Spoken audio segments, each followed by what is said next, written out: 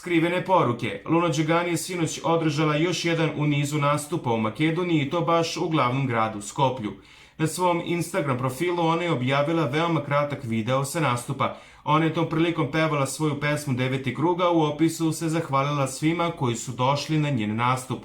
Hvala Skoplje, prelepo sam se provela u vašem gradu kao i u svom gradu Makedoniji. Voli vas vaša Luna. Pisali u opisu, a mi smo primetili da je DJ nešto pokušavao da kaže osobi koja je snimala, učinilo nam se kao da mu je sugerisao da prestane. Luna je za ovu priliku izabrala zlatni komplet koji su nosile i njene igračice. A sada je glavno pitanje ove informacije, odnosno vesti na Tračarimo zajedno kanalu. Zbog čega je DJ govorio snimatelju da prestane? Da li je problem nedostatak publike? Da li je problem nešto drugo? Procenite sami i tamo dole u komentar sekciji ostavite vaše komentare koji su zlata vredni.